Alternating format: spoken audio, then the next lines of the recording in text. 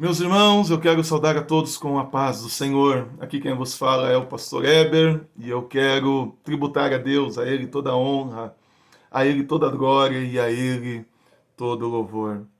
Eu quero trazer as mais expressivas e calorosas saudações aos nossos irmãos da Assembleia de Deus, Ministério no Ipiranga, em Vila Ema, na pessoa do pastor Silas, a minha gratidão pelo honroso convite à casa da nossa irmã Leila, que foi o canal de bênção para que nós estivéssemos aqui. Certamente em um tempo oportuno, Deus irá nos permitir para que nós possamos estar juntos adorando a Deus. Mas me empresta o seu coração por alguns minutos. Eu quero trazer uma mensagem de Deus ao seu coração. E eu quero ler com vocês no livro de 2 Samuel. O capítulo é o de número 23. O verso é o de número 11, o verso é o de número 12. Livro de 2 Samuel, capítulo é o de número 23, o verso é o de número 11 e o verso 12. E o texto nos diz assim: E depois dele, Samá, filho de Agé, o Ararita, quando os filisteus se ajuntaram numa multidão, onde havia um pedaço de terra cheio de lentilhas, e o povo fugira de diante dos filisteus. Este pôs-se no meio daquele pedaço de terra e o defendeu, e feriu os filisteus, e o Senhor operou um grande livramento. Me preste o seu coração por alguns minutos. Deus tem uma palavra ao nosso coração. O texto de 2 Samuel, capítulo 23, vai narrar as últimas palavras do rei Davi. E nessas últimas palavras, Davi vai fazer menção de 37 valentes, de 37 homens que caminharam juntamente com ele. Ele vai fazer a questão de registrar estes homens notáveis. Esses valentes de Davi eram dotados de capacidade extraordinária nas suas batalhas. Por isso, eu quero destacar algumas características antes propriamente de entrar na vida de Samá. Quem eram esses valentes? Quem eram esses homens que Davi vai fazer menção de registrar no capítulo 23? A história vai dizer, 2 Samuel, capítulo 23, verso 8, vai dizer que esses homens eram covardes. E Davi os fez valentes e poderosos. Olha que história interessante. Esses homens, o início da sua história é uma história de adversidade, de frustração. A Bíblia vai relatar que esses homens eram covardes, mas Davi os fez valentes e poderosos. A história vai dizer biblicamente em 1 Crônicas, capítulo 12, verso 22, que esses homens eles eram aflitos e Davi os fez soldados valorosos. A Bíblia também vai dizer que esses homens eram endividados, baseado em 1 Crônicas, capítulo 12, verso 14. E Davi os fez mais valioso do que o ouro. O menor valia mais do que 10. E o maior valia por 1000 homens. Quem eram esses homens? Quem eram esses valentes? Esses homens eram considerados a escória da sociedade. O texto de Samuel, ele é muito enfático no capítulo 22 e verso 2. O texto diz assim: Ajuntaram-se a ele todos os homens que se achavam em aperto, e todo homem endividado, e todos os amargurados de espírito, e ele se fez chefes deles, e eram com eles uns 400 homens. Olha que história linda. Olha a situação desses homens, covardes, homens aflitos e endividados. E Deus, ele muda a história desses homens. E o final da história desses homens vai ser relatado como valentes, como homem valoroso, como homens valorosos. E Deus, ele é especialista em mudar histórias. Deus é especialista em mudar pessoas que para a sociedade não deu certo. Eu não sei quem está me ouvindo neste momento, eu não sei quem está me assistindo neste momento, mas Deus, ele é especialista em mudar a história. Eu não sei de que jeito a sua vida está, eu não sei se você tem um parente que talvez esteja nas drogas, eu não sei se você tem um parente que esteja enfrentando alguma dificuldade e as pessoas estão dizendo, esse não tem mais jeito. Esse não vai dar, esse não vai chegar a lugar nenhum. Observe essa história, 37 homens endividados, 37 homens aflitos, homens covardes, mas Deus mudou a história da vida destes homens, e Deus é poderoso também para mudar a sua vida. Eu nasci praticamente dentro de uma casa de recuperação. Toda semana praticamente eu vejo pessoas chegarem na nossa casa de recuperação, homens escorraçado pela sociedade, desvalorizado pela sociedade e também por algumas famílias. Quando esses homens chegam lá, alguns estão dizendo, não tem mais jeito, não tem mais solução, não vai dar. E eu vejo o nosso Deus transformando, libertando, porque o nosso Deus é poderoso e ele é especialista em mudar histórias e mudar circunstâncias. De homens covardes, de homens aflitos e endividados, eles se tornam leais a Davi e nunca se rebelaram contra Davi. Entrando agora propriamente no texto lido na história de Samar. Quem foi Samar? A história de Samar é extremamente curta, pequena. Quem foi Samar? O seu nome significa desolação. O seu pai chamava-se Agé, ele era um ararita, morador das montanhas. Quantas lições nós podemos tirar da vida de Samar? Vem comigo, Samar vai nos ensinar preciosas lições para nós construirmos a nossa base e a nossa carreira cristã. Samar era um homem desvalido da sociedade, mas Deus o colocou para ser um valente, para pelejar contra os seus inimigos. Samar nos ensina algumas lições, e a primeira lição que Samar vai nos ensinar é que nós precisamos enfrentar os nossos inimigos. Nós precisamos enfrentar os nossos inimigos. E quem eram os inimigos de Samar? Eram os filisteus. Você conhece muito bem a história. Era um povo pagão. Eles adoravam divindades semitas. Entre um dos deuses, Dagon. Você conhece a história do deus Dagon naquele contexto de Sansão. Eles ofereciam sacrifícios às suas divindades e recorriam a encantamentos quando se dirigiam às batalhas. Eles também tinham fama de adivinhadores. Eles tinham um grande exército e tinham também um ofício de produzir armas com metais. Suas tropas eram formadas por infantaria, arqueiros e condutores de bigas.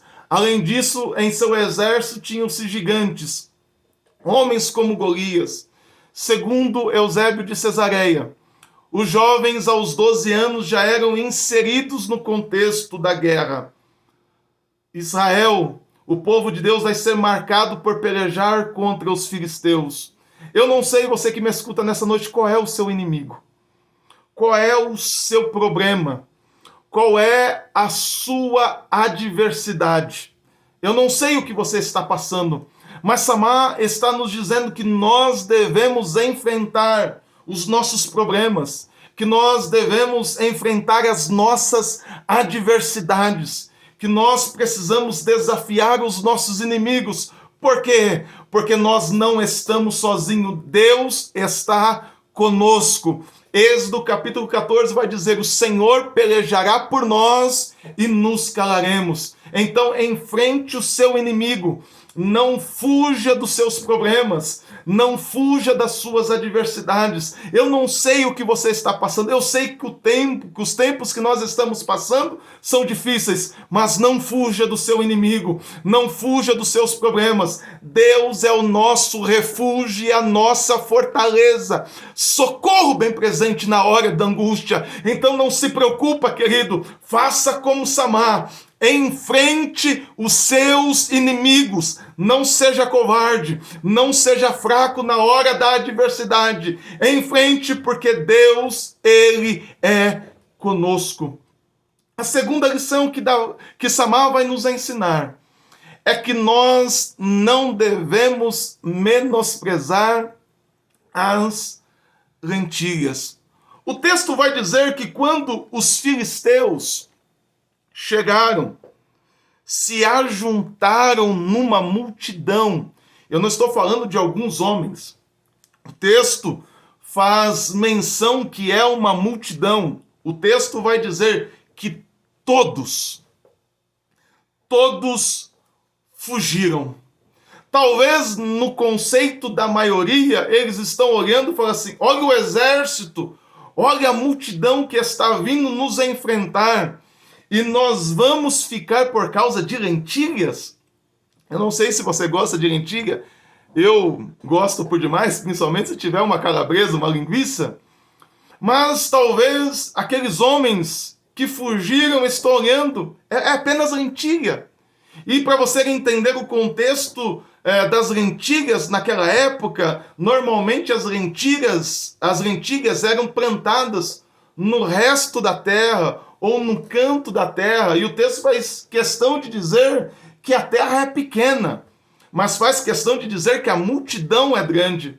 Talvez aqueles homens fugiram, porque eu falei, é insignificante lentilha, eu vou ficar para quê?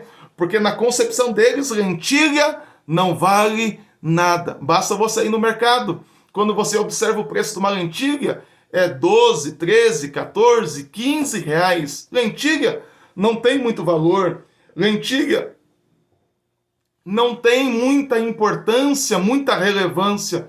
Mas o que Samar está querendo nos ensinar é o seguinte: não menospreze o que Deus tem colocado em suas mãos. Se você não consegue defender lentilhas, você não estará pronto para coisas maiores. Não despreze aquilo que Deus tem colocado nas suas mãos. Se Deus tem colocado você apenas para abrir a porta da sua igreja, faça com excelência. Se Deus tem te colocado apenas para reger, rege com excelência. Se Deus tem colocado você para liderar algum departamento, faça o melhor que você pode. Não menospreze as coisas pequenas, porque das coisas pequenas é que vai te levar a outro patamar. Aqueles homens estão fugindo porque estão observando que é só lentilha, e lentilha não vale nada. Deixe-me contar um testemunho. Eu congrego há quase 30 anos na igreja Assembleia de Deus em Vila Brasilina. Havia um homem chamado Irmão Zé. O Irmão Zé, ele perdeu a sua visão na fábrica a qual ele trabalhava. O Irmão Zé morava no porão da nossa igreja. O Irmão Zé, ele recebeu uma incumbência que era abrir a igreja. Só que ele fazia algo mais do que isso. Ele limpava a igreja. Imagine, meus irmãos, cego dos dois olhos, não enxergava literalmente nada. O Irmão Zé, quando eu chegava na igreja, e naquela ocasião eu morava do lado da igreja, então eu era sempre um dos primeiros a chegar. O Irmão Zé estava de joelhos com um balde de água, com um pedaço de pano, limpando a igreja com excelência. Ele limpava toda a igreja. Eu não sei como é que ele demarcava, mas ele vinha limpando toda a igreja. Não limpava só a igreja, não, limpava também os toaletes da igreja. E ele fazia, e toda vez que eu chegava, o Irmão Zé estava cantando. E ele sempre me dizia: olha, Heber, eu faço isso com muita alegria. Eu faço isso com muito prazer, porque eu quero que os irmãos cheguem aqui, a igreja ela esteja cheirosa e limpa para adorar a Deus. Talvez para alguns isso é um trabalho insignificante, talvez para alguns isso não vale nada, mas Deus está vendo aquilo que você está fazendo. Então não se preocupe se alguém está menosprezando aquilo que você está fazendo. Não menospreze você, o seu campo de lentilha. Não menospreze você, a sua lentilha, porque Deus está vendo. Então não menospreze aquilo que Deus tem colocado nas suas mãos. Aleluias. Terceira coisa que Samar nos ensina é: não fuja O texto é enfático em dizer: todos fugiram. Eu já mencionei logo atrás, não foi um, não foi dois, foi todos fugiram. Nós estamos vivendo uma geração covarde, uma geração que foge das batalhas, uma geração que gosta de terceirizar as lutas. Ore por mim, me ajude, faça algo por mim. Mas tem momentos, tem ocasiões que é você. Há ocasiões na vida que nós estaremos sozinhos. E às vezes estarmos sozinhos não significa que nós estaremos ausentes de Deus. Foi sozinho que Deus se manifestou a Moisés na sarça ardente. Foi sozinho, quando Elias estava na caverna, que Deus se manifestou e mandou comida para ele. Foi sozinho quando Jesus estava no deserto que ele venceu a Satanás. Foi sozinho quando João estava na ilha de Patmos que Deus revelou o Apocalipse para João. Às vezes nós pensamos que nós estamos sozinhos, que ninguém está nos vendo. Então, querido, não fuja dos problemas, não seja covarde. Deus não se agrada de covarde. Não adianta fugir, porque quem foge é perseguido. As adversidades da vida vai mostrar que você pode. As adversidades da vida vai mostrar que Deus está conosco. As adversidades da vida vai mostrar que nós não estamos sozinhos. Deus está forjando o nosso caráter. Deus está forjando a nossa vida. Deus está trabalhando ao nosso favor. Mas para que Deus possa se manifestar, para que Deus possa se apresentar, para que Deus possa trabalhar, para que Deus possa operar, a nossa posição é não fugir. Então você que me escuta nesse momento, não fuja porque está difícil, não fuja porque a luta está grande, não fuja porque você não está mais suportando. Deus está nos observando e Ele vai entrar ao nosso favor.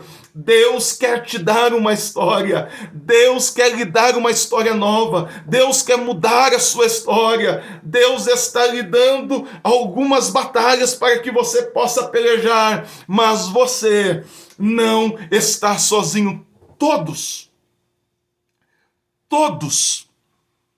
podem fugir. Mas eu não. Você não. Nós não iremos fugir, aleluias, nós não iremos abandonar, nós não iremos pular do barco, porque nós sabemos o que Deus colocou nas nossas mãos. Eu gosto do texto de Atos dos Apóstolos 20, verso 24, que a nossa vida nós não temos nada por preciosa, mas que possamos cumprir com alegria a carreira e o ministério que recebi do Senhor Jesus. Então todos podem fugir.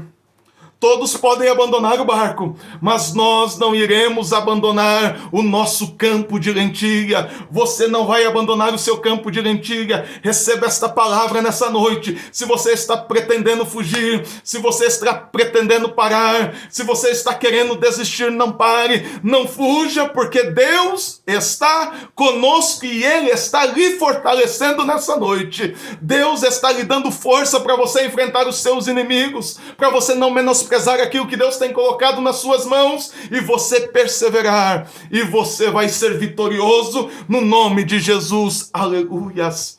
A quarta lição, eu já estou caminhando para o fim.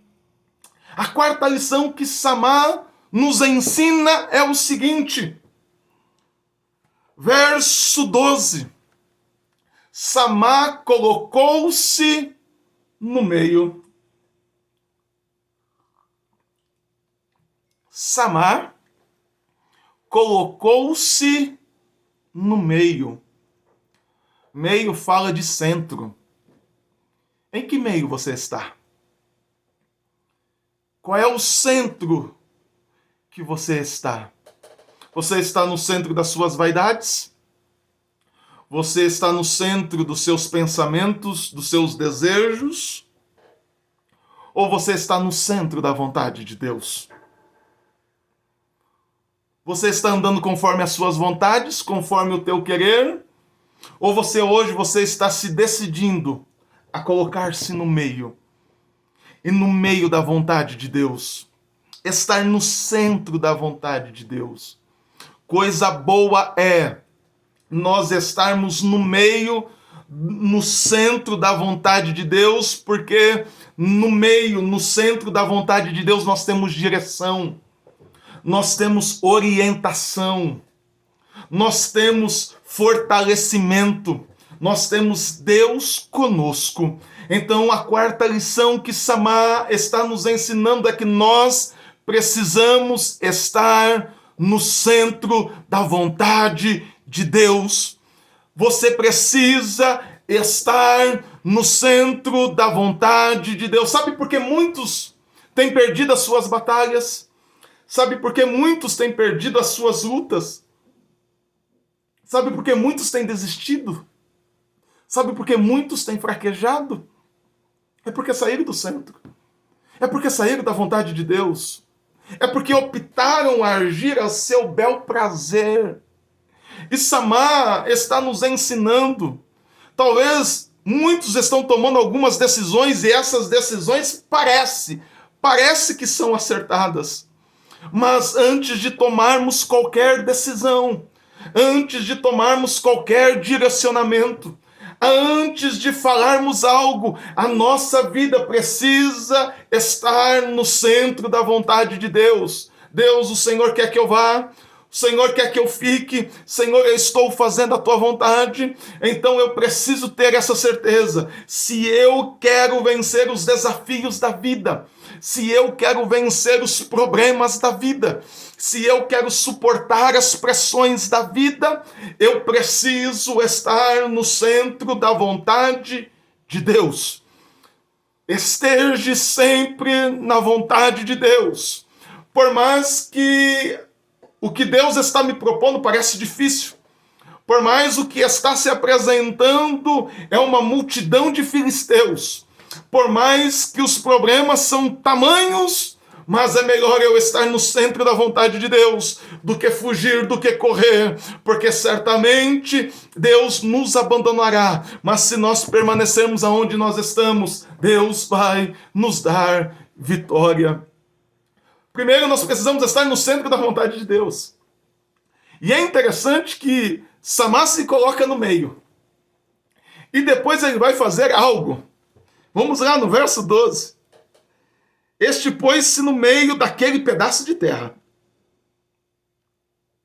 e defendeu e feriu os filisteus. Samá pegou a sua espada e foi para a batalha.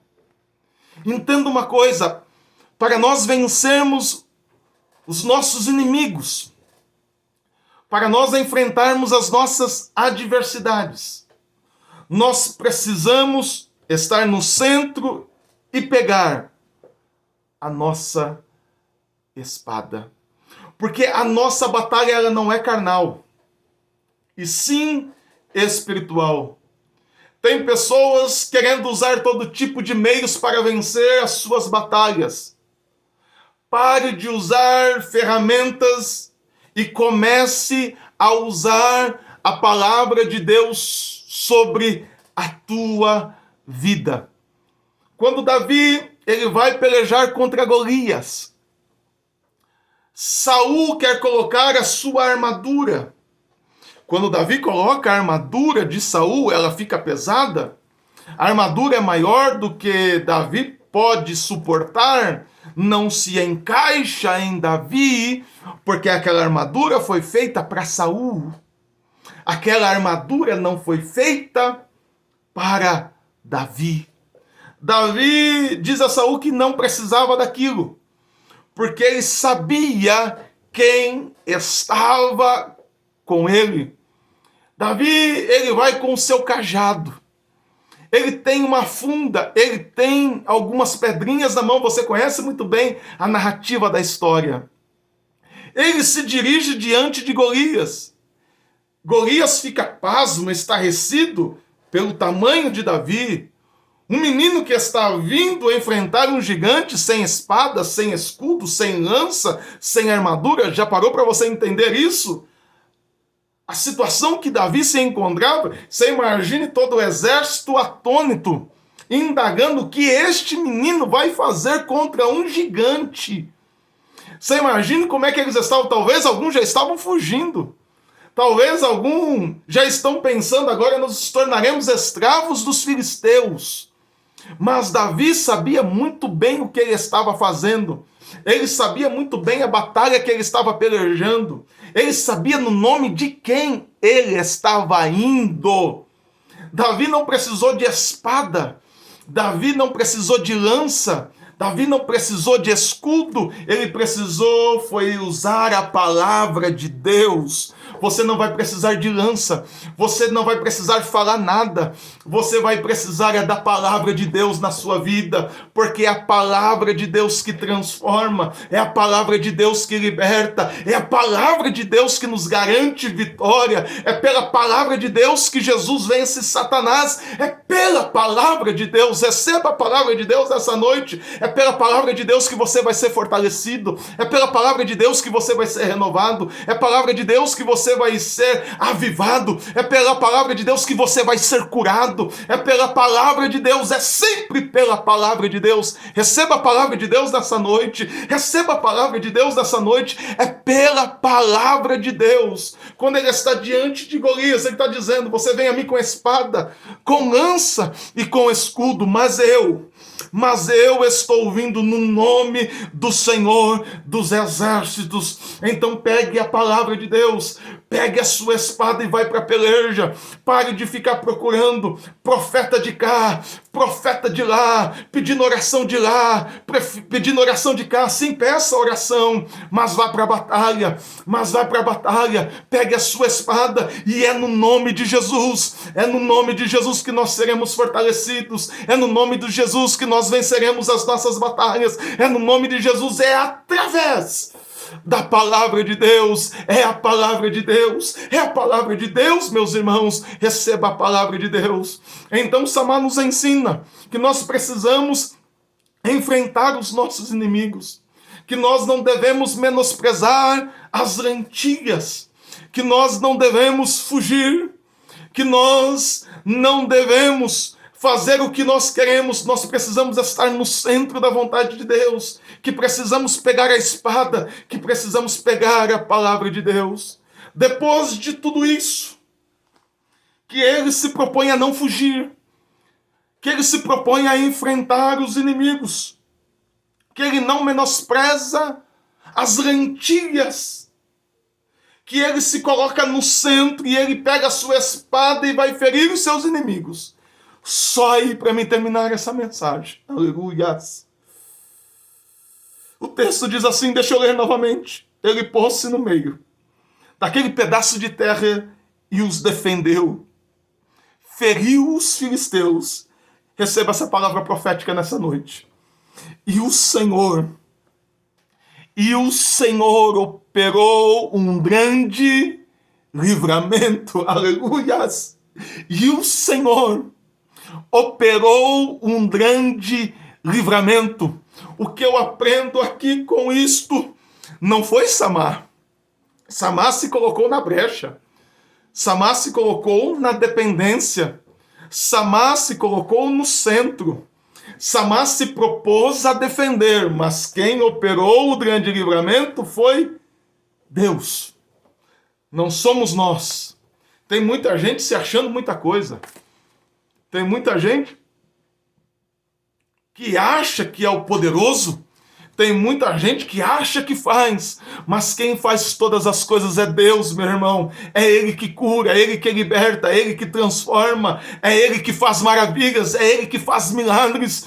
Então é Deus que faz todas as coisas. Nós somos meros canais, nós somos instrumentos dele nas suas mãos. Então, querido, Deus vai operar um grande milagre na sua vida. Deus vai operar um grande milagre na sua história. Talvez a sua história foi marcada por covardia. Talvez a sua história está sendo marcada por aflição. Talvez você esteja endividado. A história desses valentes iniciou por covardia, por aflição, por estarem endividados, mas o nosso Deus mudou a história desses homens, e esses homens aprenderam no transcorrer da história a depender de Deus, a buscar em Deus, a acreditar em Deus, porque é Ele que faz todas as coisas. Então Samar está nos ensinando que a gente deve enfrentar os nossos inimigos, que a gente não deve fugir, que a gente precisa estar na direção de Deus, que a gente precisa estar com a espada na mão, e quando nós estivermos fazendo isso, Deus vai operar um grande milagre. Samar vai nos ensinar agora, para nós finalizarmos. Entenda, Deus nos usa, mas é Deus que faz todas as coisas. Deixa eu repetir isso. Entenda, Deus nos usa, mas é Ele que faz todas as coisas. Quando você parar de fugir,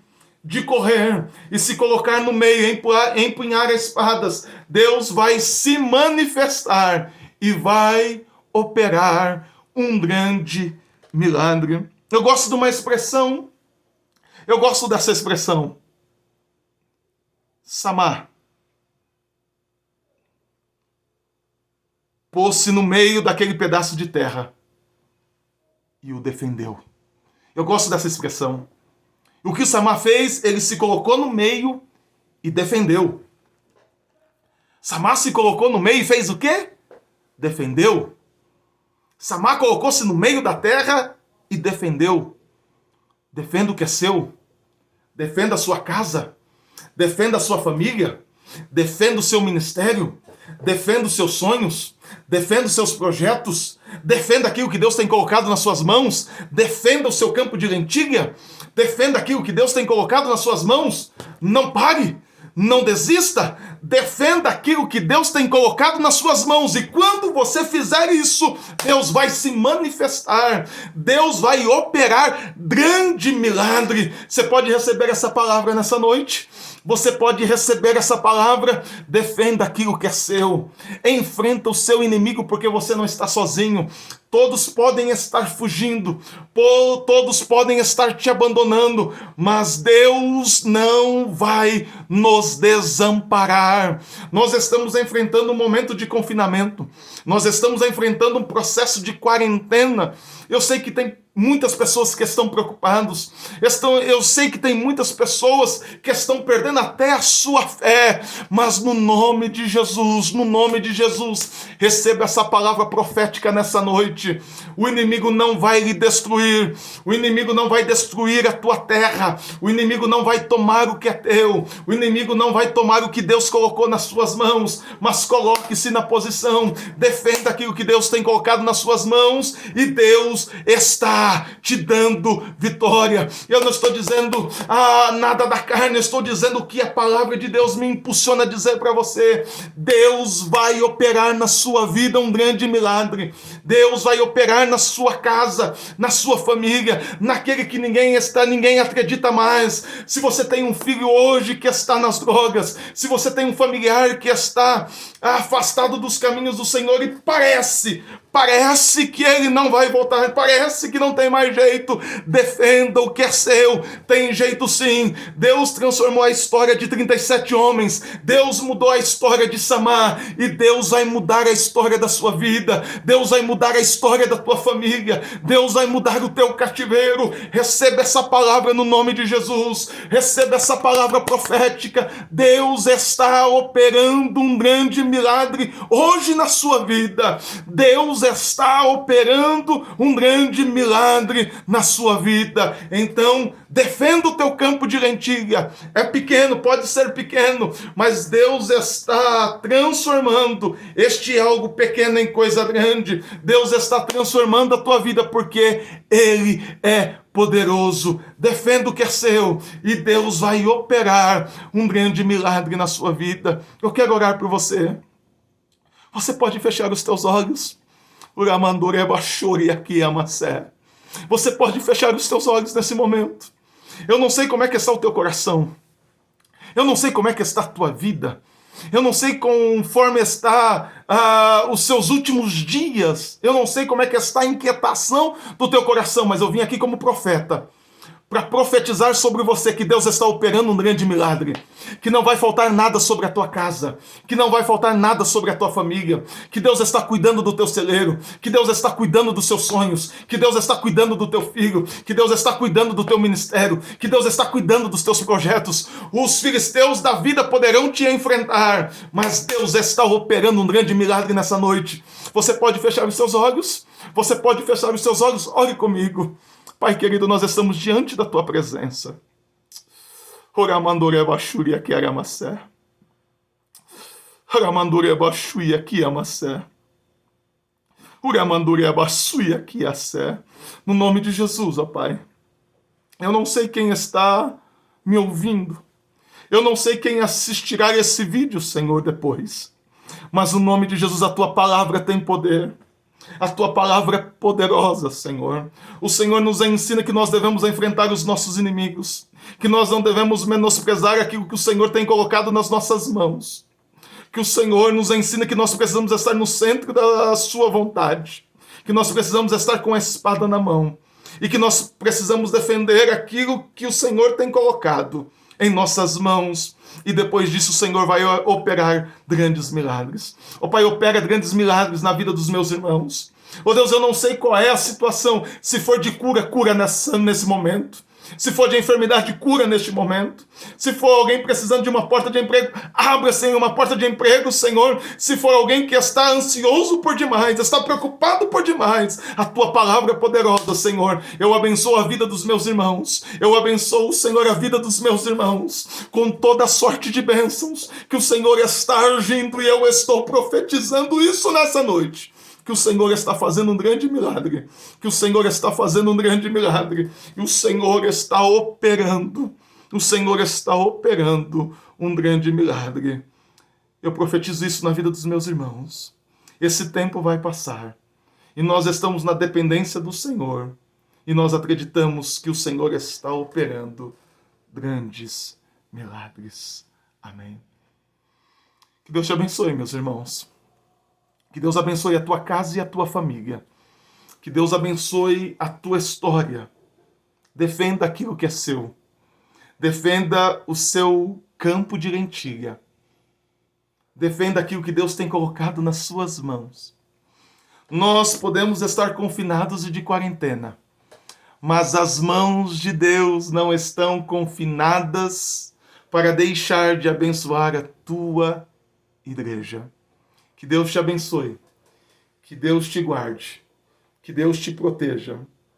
Saudações, meus irmãos, fique na paz do nosso Senhor e Salvador Jesus Cristo. Um grande abraço, que Deus abençoe a todos vocês. Amém e amém.